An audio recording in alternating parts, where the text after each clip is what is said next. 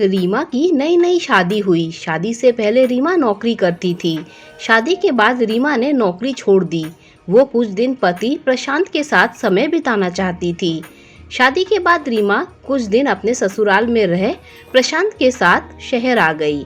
रीमा ने आते ही घर की काया पलट करना शुरू कर दी। अब नौकरी करने वाली रीमा को घर के सारे काम करने पड़ रहे थे।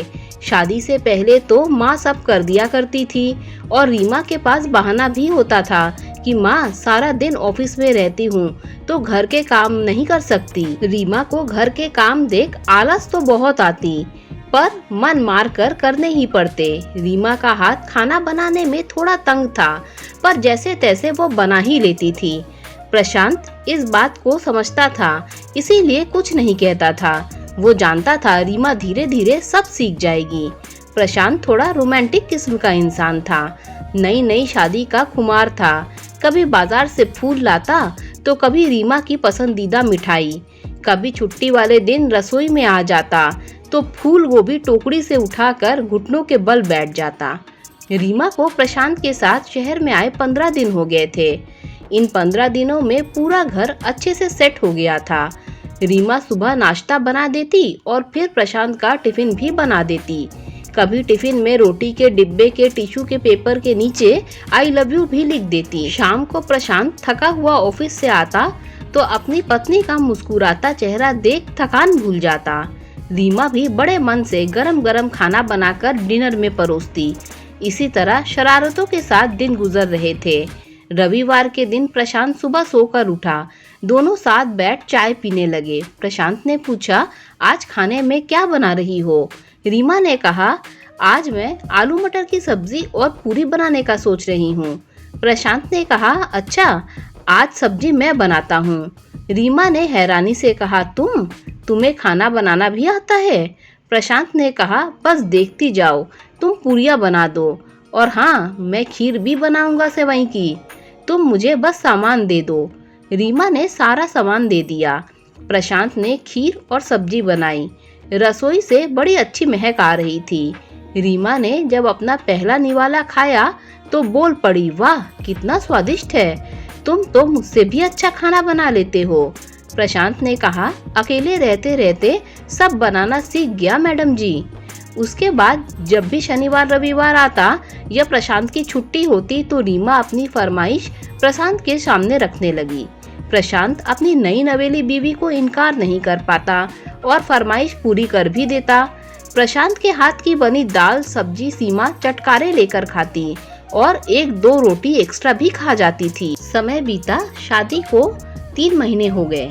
रीमा की शनिवार रविवार खाने की फरमाइश पूरी करने में प्रशांत को अब आलस आने लगा था। अब रीमा कोई फरमाइश करती तो प्रशांत कहता, तुम बना लो यार, मैं नहीं बनाऊंगा।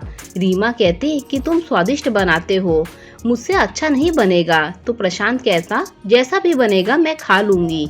रीमा का मुंह तो फूल जाता पर खाना तो बनाना ही पड़ता क्योंकि पापी पेट का सवाल रहता।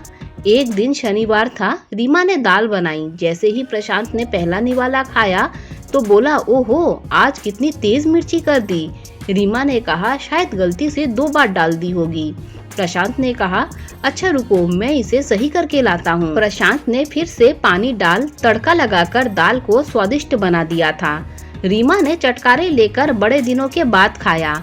रीमा कभी कभी मिर्च ज्यादा डाल देती, कभी प्रशांत का मन होता तो उसे सही कर स्वादिष्ट कर देता तो कभी ऐसे ही अचार चटनी से खा लेता। प्रशांत सोचता, कैसी लड़की है, मुझे मिर्च ज्यादा लगती है, मैं यदि इसे दोबारा तड़का लगाता हूँ तो ठीक है, पर यदि ऐसा नहीं करता हूँ तो मैं अचार और चटनी से खा लेता हूँ। पर ये लड़की आराम से कैसे खा लेती है जबकि इसे जरा सी भी तेज मिर्च बर्दाश्त नहीं होती? ऐसा कैसे हो सकता है? और ये मिर्च सिर्फ शनिवार रविवार को ही क्यों तेज होती है? दाल सब्जी में ये तेज मिर्च का सिलसिला जारी था। प्रशांत को कुछ समझ नहीं आ रहा था। फिर एक दिन छुट्टी आ गई। रीमा ने प्रशांत से फरमाइश की कि पाव भाजी बना दो ना। प्रशांत ने कहा, यार रीमा, तुम बना लो, मेरा मन नहीं है। रीमा रसोई में जाकर बनाने लगी। आज प्रशांत छिपकर देख रहा था कि आखिर ये छुट्टी वाले दिन तीखी मिर्च का क्या राज है। कुछ देर बाद पाव भाजी बनकर तैयार हो गई। रीमा ने पाव भाजी 2 प्लेट में निकाली और उस प्लेट में ऊपर से लाल मिर्च मिला दी। डाइनिंग टेबल पर लाकर पाव भाजी की 2 प्लेट रख दी। प्रशांत ने देखकर कहा, वाह, आज तो बड़ी अच्छी महक आ रही है। यार, तुम प्याज काटना भूल गई, जाओ जरा प्याज काट कर ले आओ ना। रीमा रसोई में गई तो मौका देखकर प्रशांत ने भाजी की प्लेट बदल दी। रीमा प्याज ले आई, दोनों साथ बैठ खाने लगे। जैसे ही रीमा ने पहला निवाला खाया तो उसे तेज मिर्च लगी।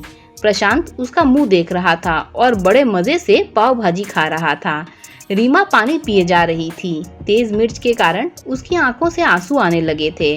प्रशांत ये देख मुस्कुराया और गाना गाने लगा, तुझको मिर्ची लगी तो मैं क्या करूं। ये सुन रीमा भी हंसने लगी और प्रशांत भी।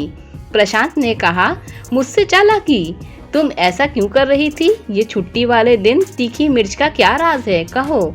रीमा ने मुंह नीचे कर लिया। दरअसल मुझे तुम्हारे हाथ की दाल सब्जी बहुत स्वादिष्ट लगती है और मैं पूरे 5 दिन अपने हाथ का खाना बनाकर खाकर पक जाती हूँ, इसीलिए तुम्हें छुट्टी वाले दिन बनाने को कहती हूँ, पर तुम इनकार कर देते।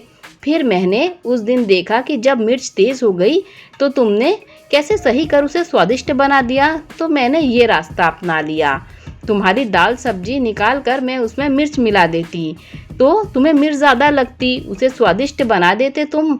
ये तरकीब कुछ दिन तक काम करी, पर कभी कभी बाद में तुम अचार और चटनी के साथ काम चलाने लगे। सॉरी प्रशांत ने कहा, सॉरी रीमा, गलती मेरी भी है। तुम कौन सा रोज फरमाइश करती हो? छुट्टी वाले दिन एक तड़का तो लगाकर तुम्हें खाना खिला ही सकता हूँ ना, और तुम मेरी मदद भी तो करती हो। गलती तो मेरी भी है और एक तुम्हारी छोटी सी फरमाइश तो मैं भी पूरी कर सकता हूँ। रीमा ने कहा, वैसे तुम्हें कैसे पता चला ये सब? प्रशांत ने कहा, वो ऐसे मेरी भोली बीवी, 5 दिन खाने में मिर्ची सही रहती और छुट्टी वाले दिन तेज, और मैं देखता कि तेज मिर्च होने के बाद भी तुम बड़े मजे से कैसे खा लेती हो। फिर मुझे दाल में कुछ काला लगा, मैंने आज चुपके से देखा, मुझे सब समझ में आ गया। रीमा ने हंसते हुए कहा, मैं भी बेवकूफ थी, ये तो मैंने सोचा ही नहीं। प्रशांत ने कहा, तो चले रसोई में तुम्हारी भाजी को सही करने। और दोनों तुझको मिर्ची लगी गाना गुनगुनाते हुए हंसते हुए रसोई में चले गए। प्रशांत सोचने लगा, रीमा कौन सा हीरे जवाहरात मांग रही है, वो तो बस छोटी सी फरमाइश ही कर रही थी, और रसोई में उसके साथ रहने में मज़ा भी तो आता है और इस तरह प्रेम भी तो बढ़ता है। प्रशांत और रीमा दोनों मिलकर छुट्टी वाले दिन स्वादिष्ट खाना बनाते। रीमा प्रशांत की मदद भी करती। इस तरह दोनों की छोटी छोटी शरारतें भी होती और नोक झोंक भी, और दोनों खुश थे। और इस तरह धीरे धीरे रीमा प्रशांत की तरह स्वादिष्ट खाना बनाना सीख गई। दोस्तों, कहानी अच्छी लगी हो तो लाइक शेयर सब्सक्राइब कीजिए।